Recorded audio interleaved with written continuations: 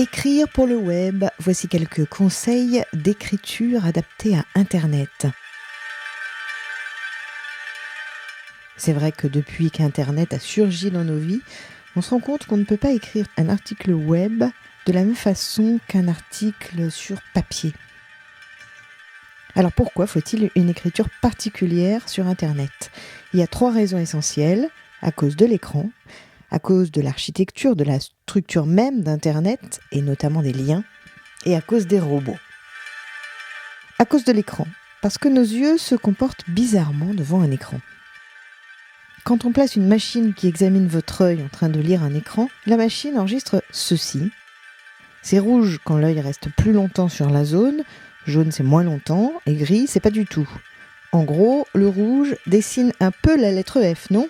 Et aussi on constate qu'on lit moins vite sur écran et qu'on regarde 2,5 fois plus les titres que les photos. Donc il va falloir tenir compte de tout ça. Voilà pour l'écran. Ensuite, il y a l'architecture d'Internet, la structure d'Internet. Il faut tenir compte du fait que notre attitude sur Internet n'est pas tout à fait la même que sur un document imprimé, parce que nous savons tout ce qu'il y a derrière une page web ou plusieurs pages web, et derrière il y a encore d'autres pages web, tous ces liens hypertextes qui pourraient nous emmener ailleurs. Bref, il y a de l'interactivité. C'est à la fois bien et pas bien. Le problème, c'est que tous ces liens ont tendance à nous distraire et à nous égarer. Parfois, on découvre des informations qu'on ne cherchait même pas. Ça s'appelle la sérendipité. Bon, mais le lien, c'est en même temps ce qui fait l'intérêt d'Internet. Un hypertexte nous évite de chercher une information complémentaire. Ça nous fait gagner du temps. Il faut donc profiter de l'hypertexte pour améliorer son message, justement, pour donner des explications supplémentaires à ceux qui en ont besoin, par exemple. Il est conseillé de mettre des liens externes, donc vers d'autres sites internet que le sien. Mais les liens permettent aussi de mettre en valeur un article plus ancien qu'on a écrit, qui aurait pu passer inaperçu. On crée alors un lien interne à son blog ou à son site internet. En plus, les robots qui référencent votre site adorent ça. Car la 3e raison pour laquelle on écrit différemment sur Internet et sur papier est là. Nos amis les robots, qui ne sont ni nos amis, ni vraiment des robots. Ce sont les fameux algorithmes, en gros, les formules mathématiques qui vont diriger les moteurs de recherche comme Google, Yahoo ou Bing. Ces codes sont écrits en fonction de critères. Et vous devez tenir compte de ces critères si vous voulez que les internautes arrivent jusqu'à votre article grâce au moteur de recherche. C'est ce qu'on appelle le référencement. Être facile à trouver avec un moteur de recherche. En effet, à quoi bon écrire un bel article intéressant, bien illustré et sans faute si personne ne peut le trouver sur Internet ? Vous avez donc le pourquoi il faut écrire d'une certaine façon sur Internet. Voici à présent le comment. En gros, il va vous falloir écrire lisible pour le lecteur humain, écrire visible pour les robots et donc pour le référencement, et écrire captivant pour transmettre votre message, fidéliser et pour attirer de nouveaux lecteurs. Commençons par la lisibilité et la mise en page. Pensez déjà tout simplement à aérer votre texte et à le découper. L'aérer, c'est tout simplement sauter des lignes ou utiliser les puces quand vous employez une énumération ou une série d'exemples. Et découper votre texte, c'est aussi le structurer. Voilà la structure d'un bon article Internet. D'abord, un titre accrocheur, c'est-à-dire qu'il doit être à la fois informatif, incitatif, spécifique et court. Voici des exemples de titres qui accrochent. Une question par exemple, comment trouver le bon titre ? Ou alors une incitation, écrivez de bons titres. Une interpellation, c'est un peu la même chose qu'une incitation. Vos titres vont avoir de la gueule. Une implication personnelle et émotionnelle, comment je trouve mes super titres ? Ou alors, les super titres de Clémence. Vous pouvez aussi proposer en titre une liste, ça marche bien, les 10 raisons de trouver un bon titre. Donc, votre titre doit à la fois informer sur ce qu'il y a dans votre article, inciter le lecteur à lire votre article, et il doit être court, c'est-à-dire qu'il ne doit pas dépasser une ligne, en fait, on dit même une 60aine de caractères. Ensuite, vous avez un chapeau. Ça s'écrit comme ça dans le monde des journalistes, mais vous pouvez l'écrire classiquement, EAU. Le chapeau est donc un résumé de 3 lignes environ qui doit répondre aux questions suivantes.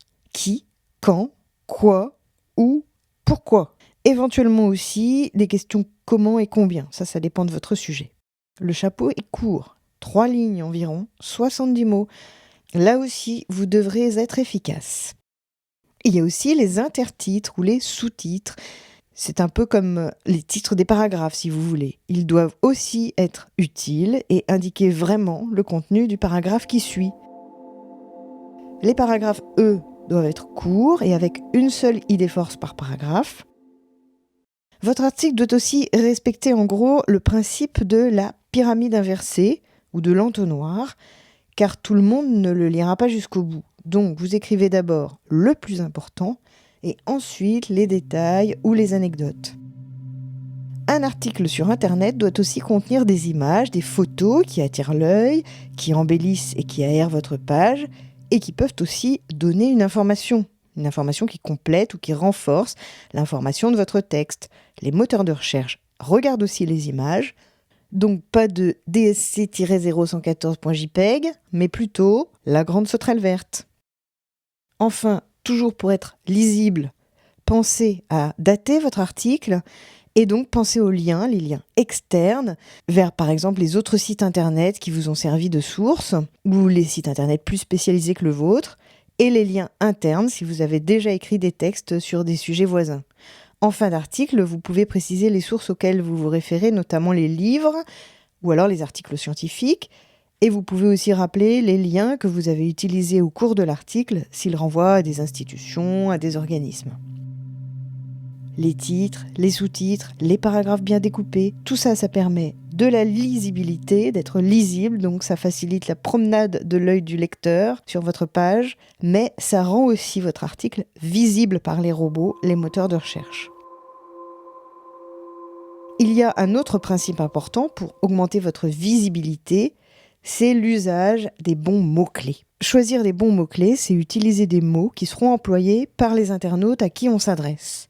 Donc réfléchissez aux mots que votre lecteur cible, que votre lecteur supposé emploierait pour chercher un article dans le genre de celui que vous avez écrit. Il y aura des mots évidents, mais qui ne vous distingueront pas vraiment des autres.